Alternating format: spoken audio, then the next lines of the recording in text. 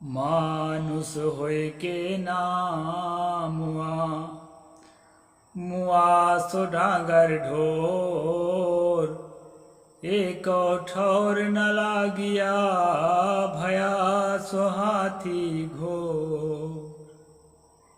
नमस्कार दोस्तों, मैं अविनाश दास रेशनल कबीर यूट्यूब चैनल में आप सबका हार्दिक स्वागत करता हूं। साथियों, यदि आप इस चैनल को सब्सक्राइब नहीं किए हैं तो सब्सक्राइब ज़रूर करें, शेयर करके अपने सभी ग्रुपों में सभी साथियों तक पहुंचाएं। मुझे कमेंट लिखें, बेल आइकन को प्रेस करें, ऑल नोटिफिकेशन ऑन रखें ताकि हर अपडेट का नोटिफिकेशन आपको मिल सके। साथियों, सबसे पहले मैं आप सबको सादर जय भीम कहते हुए संविधान दिवस का लाखों लाखों शुभकामनाएं प्रस्तुत करता हूं, भेजता हूं। इसके बाद मैं आज के विषय पर आता हूं। साथियों, जैसा कि आपको मालूम है, सुबह का टाइम मैं हर रोज़ ये कबीर और रामानंद पढ़ करके आप सबको संप्रेषित करता हूं। इसको शुरू से आखिरी तक आपको देखना जरूरी है दोस्तों। और शाम को मनुस्मृति पर स्ट्रीम करता हूं, उसको भी देखना जरूरी है। समय आने पर संविधान पर भी चर्चा होगी। अभी जो विषय उठाया हूं उस पर ही लगातार बात करूंगा। तो दोस्तों, मैंने एक साखी सतगुरु कबीर साहब की बोली है, थोड़ा सा उसका अर्थ कर दूं संक्षेप में, फिर जो है आज के विषय पर चलते हैं। सतगुरु ने कहा, मानुष होय के नाम मुआ मुआ सो डांगर ढोर एक ठौर न लागिया भया सो हाथी घोर। हम लोग मनुष्य की तरह दिखते हैं, मनुष्य की तरह जन्म लेते हैं, लेकिन मनुष्य की तरह जीवन नहीं जीते हैं। डांगर ढोर की तरह, जानवरों की तरह जीवन जीते हैं। जानवर क्या होते हैं? जानवर जो है दोस्तों, जानवर का लक्षण ये है कि सुबह वो शिकार के लिए निकलता है और अपने से जो भी कमजोर जीव दिखाई पड़ता है उसको जो है धर दबोचता है और उसको अपना शिकार बना लेता है। और दूसरा जानवर वो होता है कि अपने से बलवान जीव को देख करके दौड़ता है, भागता है, जहां तक शक्ति चले तहां तक भागकर अपना प्राण बचाता है। जानवर वो होता है दोस्तों, एक मादा जानवर को आप कुत्तों को देखे होंगे, एक मादा जानवर को देख करके 20-30 जो है नर जानवर उसके यौन क्रिया के लिए झुंड के झुंड दौड़ पड़ते हैं। उसके चाहने न चाहने का परवाह नहीं करते हैं। ये जानवर होता है। किसी को मारना, किसी को काटना, किसी को सताना, दया धर्म से, करुणा से, प्रेम से, परोपकार से हमारा मन अगर वंचित है तो अभी भी हम जानवर ही हैं। इसलिए सतगुरु ने कहा, मानुष होय के नाम मुआ मुआ सो डांगर ढोर और एक ठौर न लागिया भया सो हाथी घोर। मैं चेता रहा हूं, जगा रहा हूं, लेकिन जो है ठौर ठिकाना किसी का नहीं लग रहा है, सब हाथी घोड़ा बने पड़े हैं। ऐसा कहना पड़ता था दोस्तों सतगुरु को। बड़ी भयंकर स्थिति थी, उस स्थिति से हम लोगों को जगाते थे। इसीलिए जो है गागरोनगढ़ के महाराजा पीपा ने कहा कि नाम कबीर सांच प्रकाश्या तहाँ पीपे का छुपाया। दोस्तों, कल मैं पीपा के द्वारा, गागरोनगढ़ के राजा पीपा के द्वारा जो प्रशस्ति गान किया गया है उस पूरी कविता को सुनाया था।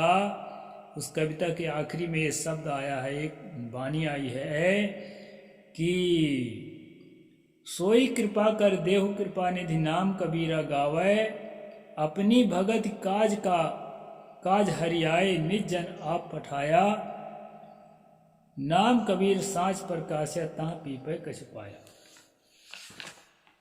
कहते हैं ना, एक बार जो दर्शन पाता है बस आप ही क्या हो जाता है, क्या गुप्त तुम्हारी प्रीति है धन्य तुम्हारे चरणों में। सतगुरु कबीर साहिब की महत्ता समाज में इसलिए है दोस्तों कि वे जो है प्रेम की मूर्ति थी, करुणा की मूर्ति थी। क्या राजा क्या प्रजा, जो भी उनके निकट गया उन्हीं का हो गया। केवल बदमाशों को छोड़कर वो पशु के पशुए बने रहे और आज भी बने हुए हैं। उनके लिए कितना प्रयास किया जाए। सतगुरु कबीर साहिब ने प्रयास किया, महात्मा ज्योतिराव फूले ने प्रयास किया, पेरियार ने प्रयास किया, माता सावित्रीबाई फूले ने प्रयास किया कि मनुष्य बन जाओ, मनुष्य बन जाओ। डॉक्टर बाबा साहेब अम्बेडकर ने प्रयास किया, मनुष्य बन जाओ, मनुष्य बन जाओ। अब इन प्रयासों से कुछ लोग मनुष्य बने भी हैं, प्रयास असफल नहीं गया है, लेकिन कुछ लोग अभी भी मनुष्य बनने के लिए तैयार नहीं है। हमारे जैसे लोग चिल्ला रहे हैं। तो दोस्तों, पीपा जी ने जो कहा, पीपा जी उपर्युक्त पद में कबीर साहब के अत्यंत प्रभावित जान पड़ते हैं और अंत में उन्होंने स्पष्ट कहा है, नाम कबीर सांच प्रकाश है तहाँ पीपे कछ पाया। पीपा जैसे राजा कबीर साहब को अपना आइडियल मान करके उनके चरणों के गुलाम हो गए, चरणों के दीवाने हो गए। गुलाम का मतलब वैसा नहीं, गुलाम दिल से उनके लिए समर्पित हो जाना, ये भाव है इनका। यहाँ पर ऐसा गुलाम नहीं है कि अंग्रेजों ने भारतीयों को गुलाम कर लिया, ब्राह्मणों ने जो है 85% मूल निवासियों को गुलाम कर लिया, आज भी गुलाम समझते हैं। स्वतंत्र भारत में संविधान लागू होने के बाद आज भी वो गुलाम की तरह जो है ट्रीट करना चाहते हैं, आदत पड़ गई है। और उसी आदत से छुटकारा दिलाने के लिए मैं ये सारा स्ट्रीम चलाता हूँ, और मेरे जैसे लाखों लोग चला रहे हैं जिनको भी समझ हो गई है सत्य की। दोस्तों, राजा प्रजा ब्राह्मण शूद्र कुछ नहीं होता है। हम सब लोग सबसे पहले मूल रूप से इंसान हैं। हमें इंसान बनाने के लिए सतगुरु कबीर साहब ने पूरा 120 साल का जीवन खपा दिया। उनके दर्द को हमें समझना चाहिए। उन्होंने कहा है ना, सुखिया सब संसार है, खावय और सोवय, दुखिया दास कबीर है, जागे और रोवे। तो किस लिए दिन रात जाग रहे थे और किस लिए वो रो रहे थे, उनके दर्द को आज तक समाज नहीं समझ सका।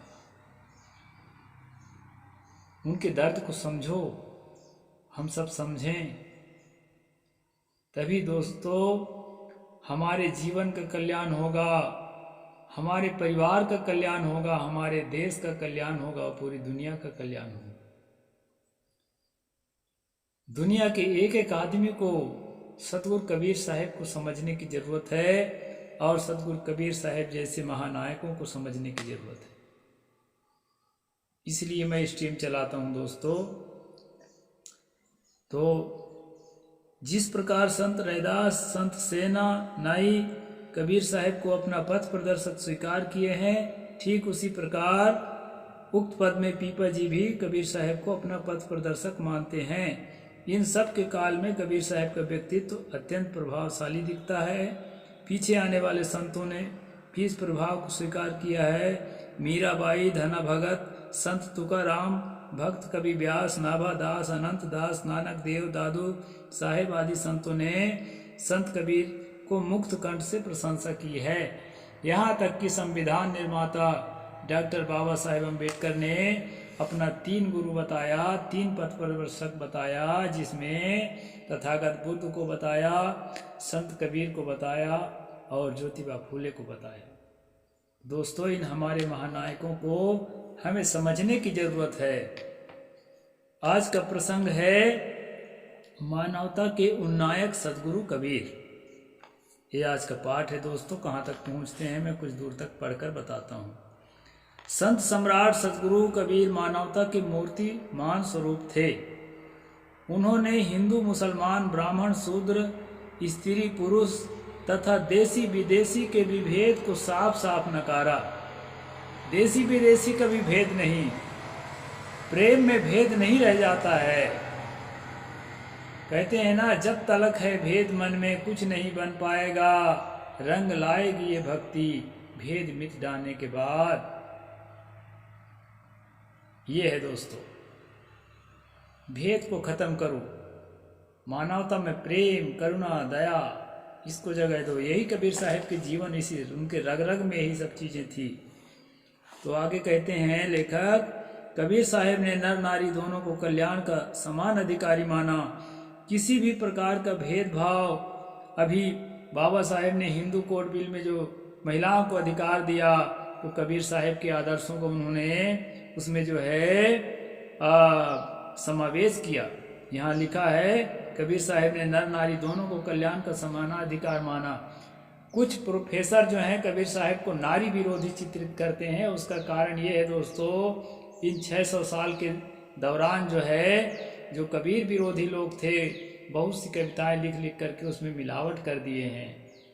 जो कबीर साहब ये कहते थे, पंडित देखो हृदय बिचारी को पुरुषा को नारी सास समाना, घट घट बोले वाह के चरित अनुपा, वाह को नाम कहा कह लीजिए ना वाह के वर्ण रूपा। जो कबीर साहेब नारी पुरुष सभी सुनो ये सतगुरु के साखी, ऐसा कहते थे, वो क्या नारी विरोधी हो सकते हैं? नारी विरोधी कतई नहीं थे दोस्तों। ये मिलावट करने वाले, जो प्रक्षिप्त करने वाले जो लेखक हुए हैं, कहना चाहिए कि जो बदमाश लोग हुए हैं, कबीर साहब के विरोधी लोग हुए हैं, उन्होंने कबीर साहब के साहित्य को मिलावट करके बिगाड़ा है। इसलिए ऐसा लगता है कबीर साहब करुणा की मूर्ति थे। वो किसी भी प्रकार न तो शूद्र से घृणा करने को कहते हैं, न तो नारी को पैर की जूती बनाने को कहते हैं, न तो मुसलमान को अधर्मी कहने को करते हैं। कहते हैं को हिंदू को तुर्क कहावा, एक जिमी पे रहिए, एक ही धरती पर रहो, प्रेम से रहो, मिलजुल कर रहो, हैं हिल मिल रहिए, हिल मिल रहना, देकर खाना, नेकी बात बताते रहना। ये सतगुरु कबीर साहब का संदेश है दोस्तों। तो मैं जो है आगे पढ़कर सुनाता हूँ। हजारों हजारों वर्षों से दबी कुचली जनता में उन्होंने साहस का प्राण फूंका, क्योंकि हक और अधिकार दोस्तों भीख मांगने से नहीं मिलता। क्योंकि जो कब्जा करके बैठा है, जो आदमी आपके हक को छीन कर बैठा है, वो देने की मनसा उसकी होती तो छीनता ही क्यों। इसलिए सतगुरु ने दबी कुचली जनता के अंदर साहस का प्राण फूंका, ताकि ये अपने अधिकार के लिए स्वयं लड़ सकें और लड़ करके और जो है अपना हक अधिकार ले सकें। मंदिर मस्जिद राम रहीम को लेकर लड़ते मजहबी लोगों को आपस में प्रेम करना सिखाया। ये धर्म के चक्कर में पड़ करके, मैं बार बार कहता हूँ, ये धर्म के नाम से जो चल रहा है ना, अफीम का गोला है। मार्क्स ने सही कहा था, इसके चक्कर में मत रहो, नहीं तो नशे में धुत होकर के लड़ते मरते रह जाओगे। सतगुरु कबीर साहब ने इस बात को बताया और प्रेम करना सिखाया। धर्म के नाम पर पाखंड रचने वाले ढोंगियों को उन्होंने कभी नहीं बख्शा। सतगुरु कबीर साहब ने देखा कि लोग आदमी को आदमी नहीं समझ रहे हैं, आदमी को कुत्ते बिल्ली से बदतर जीवन जीने के लिए बाध्य किए जा रहे हैं। महिलाओं को, जो दबे कुचले घरों की महिलाएं हैं, उनको स्तन ढकने कर लेते थे दोस्तों, स्तन खोल कर चलने का। यहाँ तक कि ब्राह्मण के अलावा क्षत्रिय और वैश्य की महिलाएं भी मंदिर में घुसते समय ब्राह्मण के सामने स्तन खोल कर जाना पड़ता था। मैंने एक वीडियो बनाया है, उसको भी आप जरूर देखना, नंगेली बहन पर, इसी चैनल पर है। तो इस प्रकार से जो है महिलाओं के साथ जो प्रताड़ना करते थे, छोटी सी बच्ची का विवाह कर दिया जाता था। 6 साल की सीता का 16 साल के राम का विवाह की कहानी लिख दिया और उसको आदर्श मान करके जो है लोगों को भटकाया जाता था दोस्तों। तो महिलाओं के साथ घोर उत्पीड़न हुआ। कितने महिलाएं जो हैं सेक्स के दौरान मतलब बच्चियां मर जाती थी, क्योंकि छोटी सी बच्ची वो परिपक्व ही नहीं है, तो उसको कैसे उस काम में लगाया जा सकता है। ये बहुत सारी चीज़ें थी परंपरा में, और उस परंपरा के जो कहना चाहिए कि पोषक थे और उसके जो संरक्षक थे वो मनुष्य को कुत्ते बिल्ली की तरह जीवन जीने के लिए बाध्य करते थे। उन सब के खिलाफ जो है सतगुरु कबीर साहब ने लड़ाई लड़ा था दोस्तों। तो यहाँ लिखा है, तथा कथित ब्राह्मण एवं अन्य सवर्ण लोग गरीब दलित शोषित जनता को पीड़ित एवं अपमानित कर उन्हें नगर के बाहर बसने को मजबूर कर रहे थे, और यहाँ तक उनकी छाया छू जाने पर वो सचैल स्नान करते थे, कपड़े सहित नहाते थे छाया छू जाने पर। कहीं कहीं तो उन बेचारों अछूतों की स्थिति इतनी दर्दनाक एवं भयावह थी कि सुनकर रोंगटे खड़े हो जाते हैं। अछूतों को राजमार्ग पर चलने की भी इजाजत नहीं थी। यदि वे चलें तो उनके कमर में झाड़ू बांध दी जाती थी, जिससे कि सवर्ण हिंदू उनके पैर के चिन्ह पर भी पैर न पड़े। गले में मिट्टी की ठीकरा बांध दी जाती थी। 2 लकड़ी से आवाज करते हुए उन्हें चलना पड़ता था, ताकि लोग जान जाएं कि कोई अछूत प्रवेश कर रहा है और वो लोग उनकी छाया से दूर हट सकें।